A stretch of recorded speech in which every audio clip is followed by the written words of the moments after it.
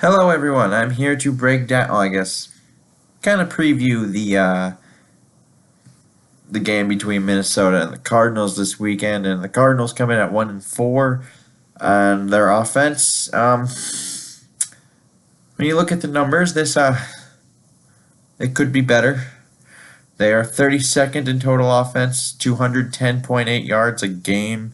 They're 31st in passing yards at 146.2, but they are 7th in sacks allowed at 9. They've only allowed 9 sacks this year, so not bad there. 32nd in rushing yards at 64.6, 31st in yards per carry at 3.3, and they're 31st in third down conversions at 26%. Defensively, they are 24th in total defense, 391 yards a game are allowed. They're 13th in passing yards allowed, 248.6. They are tied for 9th in sacks at 14. 31st in rushing yards allowed at 142.4. And they are tied for 16th in yards per carry allowed at 4.1. And they're 21st in third down conversions on defense, which is at 42%. Now, their injury report, it goes Chase Edmonds, he's a running back. He has a back injury. He's questionable. Marcus Golden, one of their ends, questionable with a knee. DJ Humphries, an offensive tackle of theirs, questionable with a knee. Mike Iupati, he's their left guard, I believe, and he's questionable with a shoulder. Robert Kimdichie, the defensive tackle, questionable with a foot. And then you have Andre Smith, who has a hamstring, who is also questionable. And Andre Smith, as you remember, was part of that whole 2016 line debacle in Minnesota. Bad times there. And among other guys that stand out on their injury report, Larry Fitzgerald, he popped up with a hamstring and back injury, but he's in. He's good to go. He will play against the hometown Viking team. And Minnesota, they are coming in at 2-2-1. Obviously, we expected better than 2-2-1, but their offense is ranked 14th currently in total offense at 387.2 yards a game. Third in passing yards, 321.4. They are 22nd in sacks allowed at 14, and they are 31st in rushing yards. And they're only averaging 65.8 yards a game. They're tied for 29th in yards per carry, and that's at 3.4.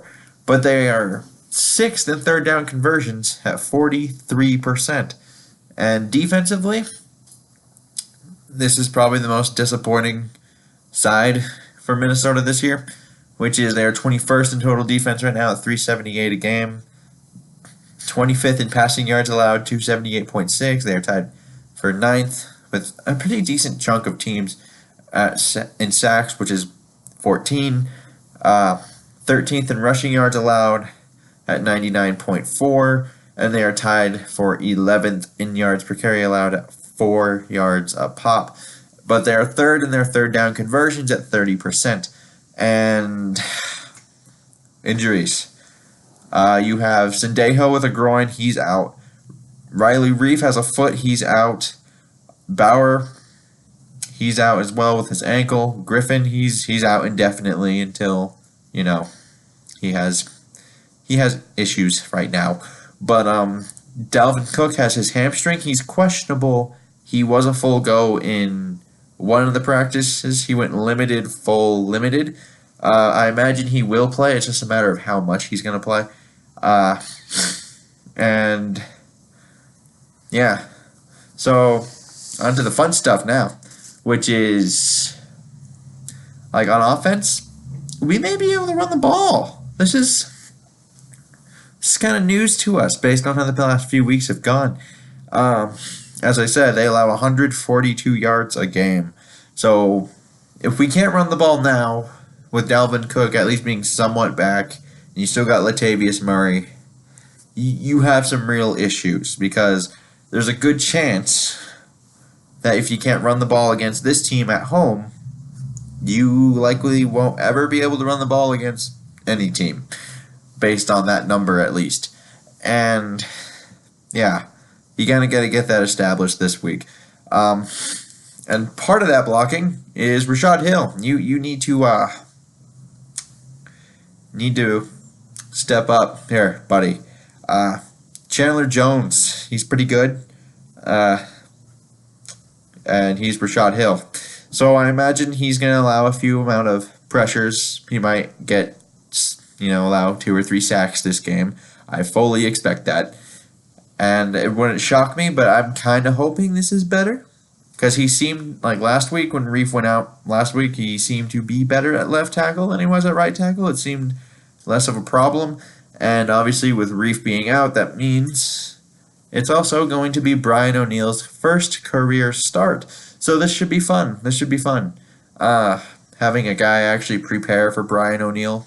I know he's looked pretty decent, I think, for the most part, when he had to come in for an injury and then all that stuff. But that's different once he's a starter, because now you have guys who will look like, oh, you can get him here. And like you're going to have people watching film on him this time around, or at least more so than they were before. And yeah, so we'll see how that goes.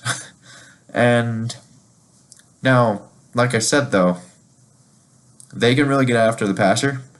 And so I would expect more screens if they do fail to run the ball again. And I say if just because it appears the movable object has met the stoppable force here in terms of this running game thing. We can't run the ball, they can't stop the run.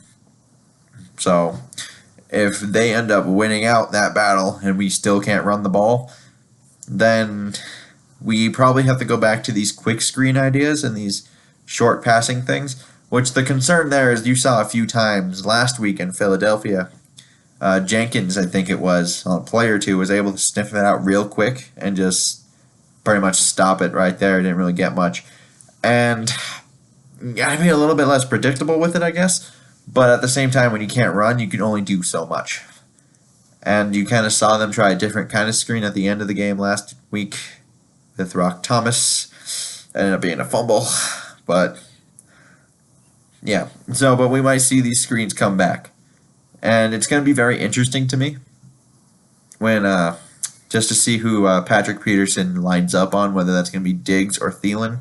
My money would be on Thielen, just because body type kind of thing and the production he's had these first 5 games of the year. I would think he's going to be mostly on Adam Thielen, unless, I don't know if he follows people in the slot, but I do know he does follow people around. And so you might want to get more Adam Thielen into the slot. And maybe if you get Diggs on Patrick Peterson, it's maybe a more favorable matchup for Minnesota than it would be on Thielen, just because Diggs is more shifty. And I don't want to say that like I'm saying Patrick Peterson can be easily beat, but it feels like it might be a better matchup for us if we could get him on Diggs as opposed to Thielen. And I really think this offense really just does depend on the offensive line and how they run block, because I think for the most part you're going to see Kirk, Diggs, and Thielen kind of get their own, they're going to get their money's worth. They usually do, because you can't usually just put 2 single high safeties up there, because then we have backs who can actually catch the ball this time, and if you put the 2 high safeties, will likely just beat you with Kyle Rudolph down the seam. So you can't always do that. So anytime there's a one-on-one matchup with Diggs or Thielen, they're probably going to be open, and that's kind of what we've seen so far this year. I imagine some of this will at least continue, even though they have Patrick Peterson. They've been looking for that second guy next to Patrick Peterson for a while now, and I imagine whoever's not on him, likely open. And defensively, they may be down 2 offensive linemen, and they have a young quarterback. Hopefully, this rookie quarterback thing in Minnesota works a little better than it did last time around. But since they might be down 2 offensive linemen, Ayupati and Andre Smith, I think Andre Smith is a harder play based on their injury report. He only practiced 1 time this week, and he was limited, and that was today. The other times he did not practice. So If one of them's not going to go, my guess is Andre Smith. And in general, this I think like it doesn't show in their sack numbers, but by the fact that Andre Smith is their starting tackle, I would assume there's a healthy amount of pressures. I don't know what the pressure stat is, but I assume there's a pretty healthy amount of the pressures. And all you have to do is continue to hit the rookie quarterback. Put him in the rough environment, and hopefully the Zimmer defense does what it's supposed to do this time around, because we saw it come alive a little bit last week. Maybe not fully, but this team is not as good as Philly, and it's not on the road, so maybe this will be better for them. And they need to contain David Johnson and force Rosen to beat him, because if you can contain David Johnson, make him one-dimensional, then you're they're in a hard spot, because, like I said, rookie quarterback, road, not the best offensive line shape, especially if one of those two guys probably can't go, or if either of them can't go because they are questionable. And it's a tough ask if you go into Minnesota thinking, oh, like, we can win still without these two offensive linemen. I know we're down Griffin, but we still got Hunter, Linval, and Sheldon Richardson, and that's still a pretty big mouthful for most offensive lines to handle. And Wayne's is coming back. That's a big deal, because Alexander, he's not going to be on the field. You got Mike Hughes, Trey Waynes, and Xavier Rhodes.